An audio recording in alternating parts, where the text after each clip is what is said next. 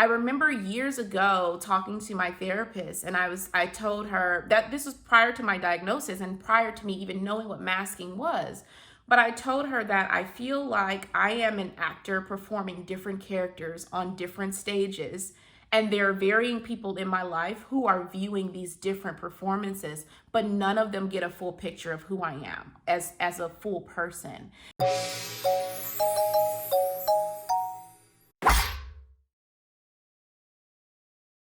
Hey, welcome back to my channel. For those that are new here, I'm Dr. Donna, and I talk about things related to ADHD and pharmacogenomics, or PGX, and how that may impact the medication that you choose to take for your ADHD. So I was online, and this is honestly, I'll be quite frank with you all. A lot of the things that I come up with to talk about are things that I've seen online or conversations that I've had in my life, or even things that you all send to me. And so one of the questions that has been consistently coming up is, what is masking? And like, what does it look like? How can you tell that a person is masking? So I want to address that pretty spot on. So masking is any behavior that a person with ADHD or autism does to suppress who they are and how they are to appear more normal or neurotypical, or things that they do to overcompensate for their being neurodivergent. So it's basically camouflage. Now I was thinking about this. One of my shower thoughts was like, wait, but does everyone mask? Because if you watch any video or movie about high school, that's all it is people trying to figure out who they are and pretending that they're popular or whatnot. And so I started thinking, like, does everyone mask? And the answer that I came up with is yes. To some degree, everyone, even neurotypicals, mask who they are and how they are to fit into the normative or societally accepted ranges. So the main difference, though, with masking, and part of the reason why it has so much research behind it, is that masking for ADHDers and individuals with autism absolutely changes and impacts their mental health, and it impacts the way that they show up in life in general.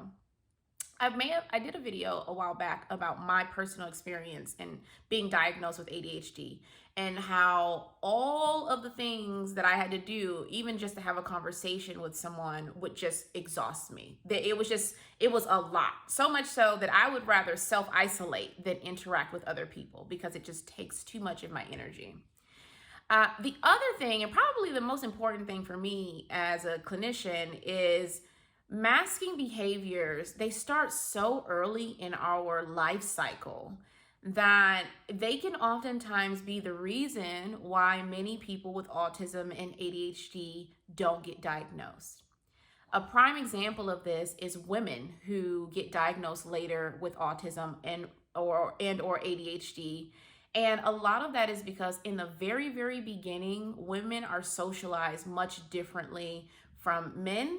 And there's a lot more social pressure on women to be nice and sociable and friendly and respond to social cues in a way that is deemed appropriate. So ultimately what that turns into is a young person who, as I said in that other video, is really struggling on the inside. But society is just rolling over it because they don't seem to be struggling enough. In other words, they haven't had really big social disruptions. They haven't had, been removed from places because of their behavior. They're fitting in enough that they're fine. And so we don't need to do anything different from them. We don't need to treat them differently. We don't need to give them any treatments. And we don't have to support them in any way that's different from the neurotypical community. It couldn't be farther from the truth. And what we see when we do research on masking is that individuals that do it heavily, they actually have increased incidences, which means just the occurrence of anxiety, depression, and even thoughts of or actions of self-harm. So it really does impact the people that do masking. And I would say that it is much more consistent with ADHD and autism than it is for anyone that was trying to fit in high school for that one snapshot of time. This is something that they're doing long term over the course of their lives. It's a survival and a protective mechanism. Hi, Loki. It's a survival and a protective mechanism.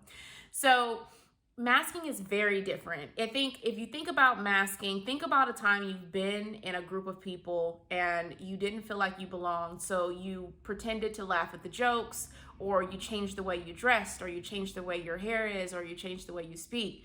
For people of color in particular, there's a concept called code switching, which I would hope that everyone is mostly aware of, given that it's 2023. But code switching is when you are a minority in an environment with the majority cis hetero whites, then you change the way you speak, you change the way your hair. I know when I decided to lock my hair, it was an incredibly political decision. I knew it was right for me. What I spent a lot of time agonizing over was whether or not society would accept me in this new space I've decided for myself. Obviously, I've moved past that because, they long, so I had them. We're approaching 4 years, but it was a big decision. So those are examples of masking or assimilation type behaviors. Many of us do them. I would say neurotypicals may have spots where they do them more often, and then minorities do them consistently when they're in an environment with the majority culture where they don't feel they can truly be seen as themselves, and they will be potentially stereotyped or looked down upon for who they are and how they are. And then you have individuals that are neurodivergent, in this case ADHD and autism, where this is an everyday, all day thing for things that can be as minor as going to get coffee, going to go and ask for the waiter or the hostess, I need a table at a restaurant. Picking up the phone and having conversations with people on the phone. These very minor things that the neurotypical community would take for granted could be incredibly anxiety provoking for someone with ADHD or autism, because they can come together. And they're also, I'll talk about this later, but there's a significant overlap between the two. Just for me, even just going up to the clerk in, say, like a Walgreens to check out, and knowing that I'm going to have to engage in small talk with them as part of the transaction would literally make me walk around the aisles for much longer than I was even looking for stuff, because I didn't want the pressure of having to socially engage in an acceptable way. So that's masking. Now, someone asked, how do I know if someone's masking? And the truth is, you won't. You won't know until you've become a safe enough person in that individual's life for them to demask, which is to take down the layers that they've applied to themselves to fit in and really show you their true self. Then you'll have something to compare their behavior to, and you'll be able to see the differences. In our household, we have a demasking household. So when my partner and I are at home together, we are very different than we may be in the outside world. Our behaviors are more fluid. We flow from conversation. There's a relaxation to the way we engage with each other and the people that we invite into our home. Comparing that to how we are outside of our home, where both of us are a lot more reserved. My partner in particular is a lot more reserved. People who would know her in the world and that are not considered safety people may even identify her as being shy or meek. But in our life, she's incredibly dynamic and personable and just forthcoming and direct. And so I can see the difference in the masking. With me, I'm a lot less talkative to strangers when I'm out and about and you're not a safe person. I don't want to engage in small talk. Some people may even stereotype my approach as being standoffish. Really, all of that is just a protective mechanism. But what happens often in the neurotypical world is, instead of trying to understand what may be happening for this other person or what their experience may be, individuals have a tendency to label those behaviors and subsequently judge you for those behaviors. And really, you're just doing what you need to do to feel safe. So masking is something that is very common in the neurodivergent community. And so you may or may not even know that you're doing it, because many of us, especially women that have been diagnosed, we learn to mask so early. One of my stimming behaviors when I was a kid was to hum and to jostle my leg. And that was like wrung out of me like Absolutely not. You cannot do that. That's distracting and inappropriate. So I stopped doing that.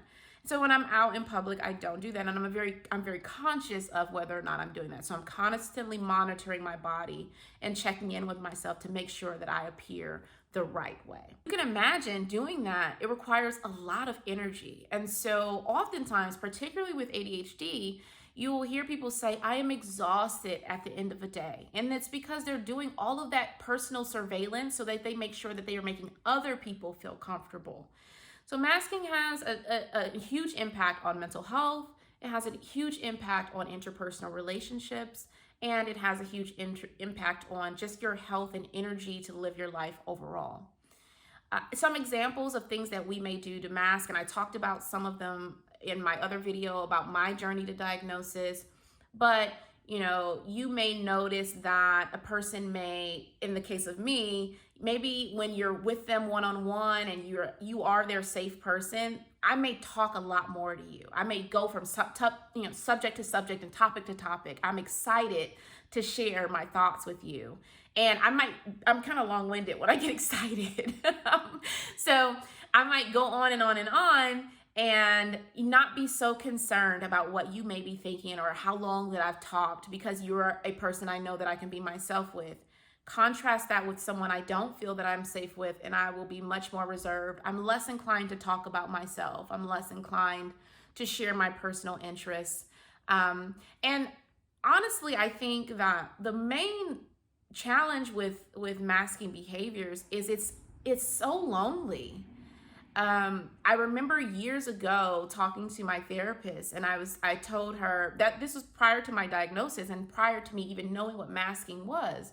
But I told her that I feel like I am an actor performing different characters on different stages, and there are varying people in my life who are viewing these different performances, but none of them get a full picture of who I am as a full person.